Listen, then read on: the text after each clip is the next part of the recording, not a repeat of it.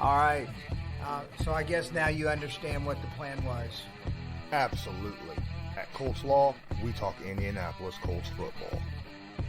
We're going to stick to what we know, fundamentals and technique, 1% better every day.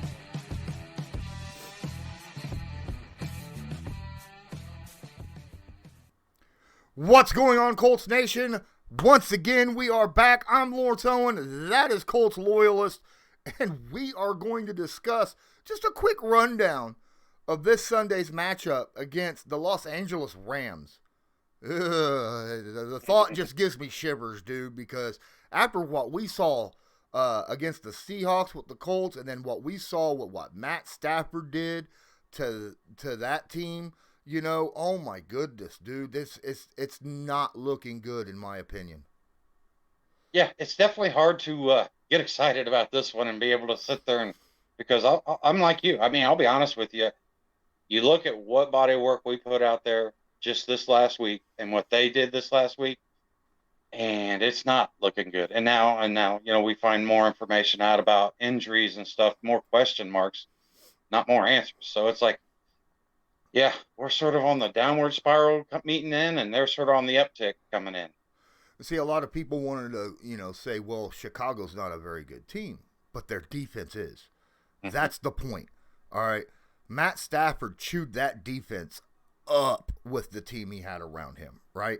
And Chicago got a top 10 defense. I mean, they got some really good players over there on that D, all the way across. Safeties, corners, linebackers, defensive line, pass rush, all that stuff. And Matt Stafford's just like, you know what? I'm going to throw 4 touchdowns.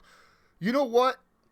Matt Stafford, when he was with the Lions, last time we played, if I remember right, threw for over 350 yards and 3 touchdowns against our defense last year. Okay? And almost came back and stole the victory from us. Exactly, right? And now you're going to tell me instead of the guys he had over there, he's got a solid offensive line and a receiving core where he could just close his eyes and hit somebody who could do something with the football. I mean, Cooper Kupp, Van Jefferson, Deshaun Jackson, Robert Woods, and then Tyler Higbee at tight end. I mean, come on. The dude could literally, it's a scary proposition when thinking about our pass defense. Yeah, and you sit there and you talk about, comparing to the Chicago defense. I mean, I would have to say that their secondary is more secure and sound than ours is going into it. And let's be honest. I mean, not only did these guys get open, I mean, they got wide open against that defense. And Matthew Stafford, there's not too many of those throws that he's gonna miss whenever he's got that much of an opportunity. Absolutely. Now, I'm not walking in this complete negative Nancy. Am I saying that the Colts have 0% chance to win? No, any given Sunday. I also feel that, the Colts are a good team once they get, practicing and getting to know each other. You know what I mean? The further into the season we get, I feel like the better the Colts are going to get due to the injuries that they suffered and have been dealing with for over the last 2 months. But I would feel a whole lot better if we were playing Stafford, the Rams, and Sean McVay, say week 6 rather than week 2. Yeah. Let Eric Fisher get 100%. Let's get Braden Smith up and healthy again. And then, like we said, let's get Xavier Rhodes back out there feeling, at least a much better percentage of health.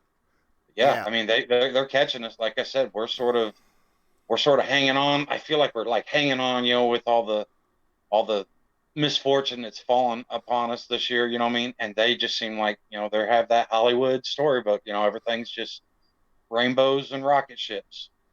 Yeah, this is a game where if we thought that our pass rush had to get home against Russell Wilson, they definitely have to get home against Matt Stafford. Yeah. Russell's got 2 good receivers. Stafford's got $1 billion, and I mean, he's a pretty solid darn quarterback. So Stafford can pick apart a defense like ours, which is zone heavy, really, really, really well. Yeah, and like you said, I mean, if our defense last weekend we needed them to get that pass rush at a level 2. We're at full on level 5. We got to be 100%. And then, like I said, our run game. I feel like our run game is just going to have to be massively improved because, quite honestly, that is our biggest advantage. I feel like, in this game is, just our depth in our backfield. And if we can get some of this line healthy and working together, that's going to be the one major advantage to lean on. And like I said, I don't think 125, 130 yards on the rushing is going to be enough this week if we want to really compete and give our best presentation on this weekend. Not when we're throwing against the likes of Darius Williams, Jalen Ramsey, Jordan Fuller, Taylor Rapp. That is maybe the best secondary in football right there with Miami. They are a very, very good secondary. And this is a game, like you're saying, we need to lean heavy on that run game. We need to. Now, I feel like the Colts might have tilted their hand a little bit too soon with Seattle, because I was thinking running back screens and things like that would be more effective against the Rams. And they did a lot of that against Seattle. So the Rams now have that for tape to look at of, well, obviously the Colts, do this a lot and pick up 8+ yards per screen. Do you think the Frank Reich's probably got something up his sleeve to where he could lean a little bit heavier on in the game against the Rams that he maybe didn't show so much in the game against Seattle? I hope so. Because, I sit here and I look at facts like, okay, the Rams are very familiar with Seattle and the way they operate. So whenever they're watching their film, they're getting more contact. They understand the process of that offense. Seattle's basically trying to emulate in a lot of ways what, Los Angeles is doing now.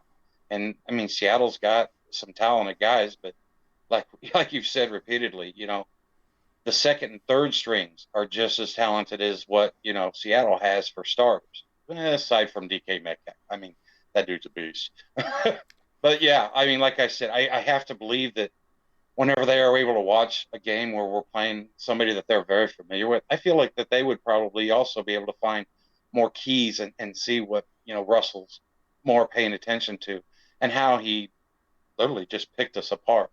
So hopefully, like I said, if our defense just comes out with more aggressiveness and more fire, because like we discussed, I felt like they were a little flat last week. That right there is going to automatically sort of lessen that gap a little bit. But the gap that's a gap. Yeah, it is a gap. When you're looking at DeForest Buckner and what he was talking about in his press conference today, even he said, we needed to tackle better. That 33-yard run, that Chris Carson had, he said, that was on me.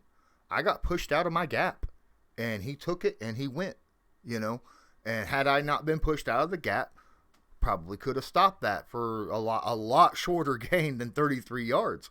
So the whole team on that front seven needs to shore up and take away that run game because they don't have Cam Akers right now, right? Cam Akers is done.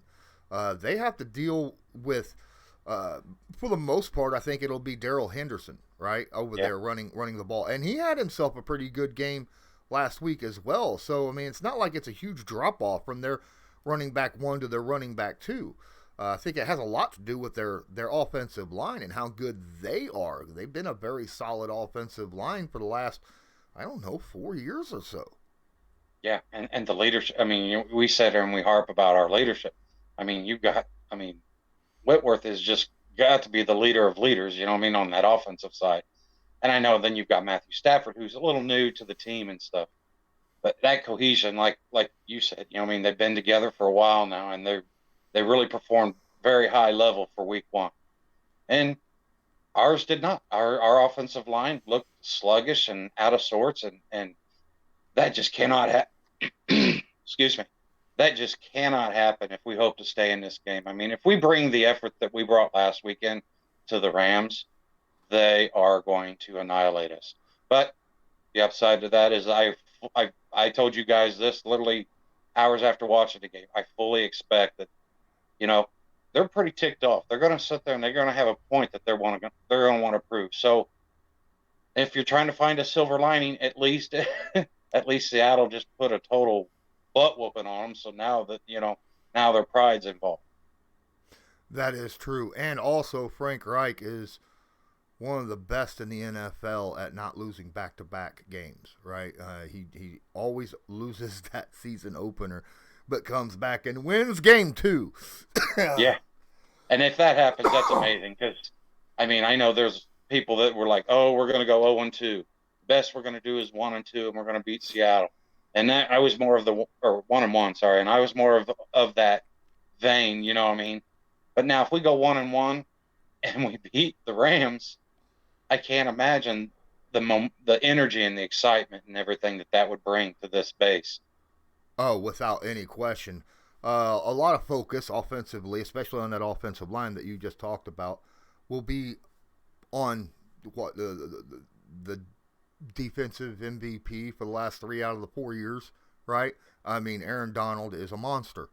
And here's the deal. A lot of people are like, well, he's the defensive tackle. He's going to sit over the, left guard. It'll be him and Nelson. No, not so fast, ladies and gentlemen. Because he's sat over the nose. He's been nose tackle where he's sitting over the right guard 50% of the time last year, right? So half the time he was sitting over the left guard, half the time he was sitting over the right guard. So it doesn't matter.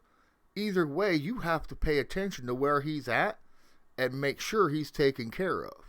Otherwise, he can completely wreck your offensive game plan.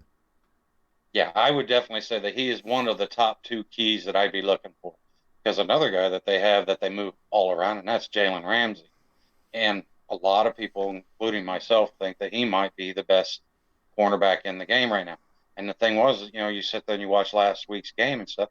He was a linebacker. I was waiting for him to put him in the D tackle, but that's a little extreme. But he was sitting in all over the backfield, just lining up everywhere. And that has to, that's the game within the game, and that's how will Carson handle that? And how will the offensive line handle that? Because that's where our communication that, we lacked a little bit last week. They've got to get that stuff cleaned up or Carson's going to be running for his life. That's absolutely true. I mean, Carson Wentz and Ryan Kelly both together, they need to be able to recognize where the pressure is coming from and get those blocking assignments out correctly, right? Now, as much as getting the blocking assignments correctly, you also need players. And there's a couple guys that are kind of questionable for this game. Obviously, Eric Fisher. A lot of people are wondering, will he start his 2021 NFL Colts season against the Rams? We don't know. We're still waiting. Most likely, we won't know whether he's in or out until Saturday, right? That's the way I feel. It kind of feels like Reich is going to drag this out until the last minute. Yeah, and we can't be giving up every little edge that we got. And we don't have many, so let's hold on to this one until the last second. Right, and then the other question is the other tackle, right tackle, right? Braden Smith apparently injured his foot near the sometime during the game against Seattle. Went home, slept on it, came back, and was like, "There's something wrong." We don't know what. We don't know what's wrong with it. They still today. It's Wednesday. No updates, right? They asked Frank Reich on Wednesday. It happened Sunday.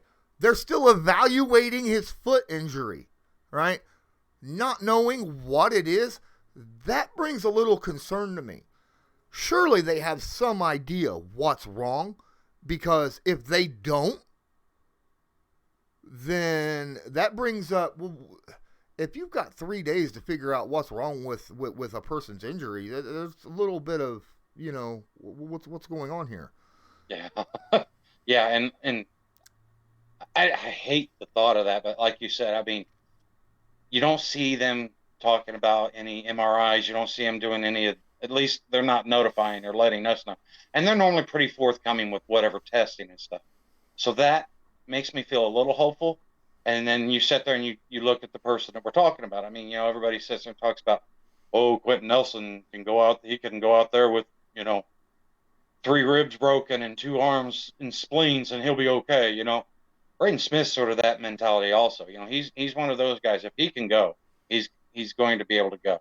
But the thing is that what hurt him last week? I mean, when did that injury occur? Is that what? Because I mean, we talked already. I mean, the performance that he gave last week was not characteristic of Braden Smith at all. So, if he's injured and if that is part of the problem that was last week, then maybe it's better just to wait and, because you can't sit there and have a guy that's going to let, 7 pressures, 2 sacks or something, and just getting blown up on a 4th. Yeah, you can't do that. No, not when you're 10 minutes left in the game, fourth down and like a yard and a half, and you need to score, and then you get blown up the way you got blown up. That's not only bad for the team. It's a bad look on you, and I understand. There's no doubt in my mind. You talk about how wounded pride. Braden Smith, if he plays Sunday, he's going to play with an edge on his shoulder. I'll guarantee it. I'll be honest with you. That is, the win does matter to me. Obviously, I want the win. Okay, but for me, I just want to sit there and see the fight. I just want to see these guys come out and show that, okay, week 1, it was week 1. We do this every year. Now week 1's over with. Now the season starts. Let's see what this real team looks like. Absolutely. I would hope, just hope to see that fight from them. Well, guys, I want to thank you so much for watching. We will be back. We will do a live stream probably Friday, talk about the game, break down some of the injury reports, things of that nature, maybe even give a score prediction. I'm really not looking forward to that, but because I'm going to tell you right now, as it sits, I don't think the Colts have a huge chance in this game. But, like I said, any given Sunday, and if things fall right, there is a chance. So make sure you don't miss that. Don't forget to smash that like button, hit subscribe if you're not subscribed, and tag that notification bell so you are notified next time I go live. And check out all the links down here, including my Patreon, which is only $5 a month, where you get everything, plus Patreon-specific content. You can check me out on Newsbreak as well. Download the app, give us a follow. There is a lot of Newsbreak-only specific content that Loyalist and I upload there. And then, of course, my merch shop and Patreon and everything. So we really appreciate any and every bit of support that you can give us. And until next time, I'm Lawrence Owen. That's Colts Loyalist. And as usual, have a good one.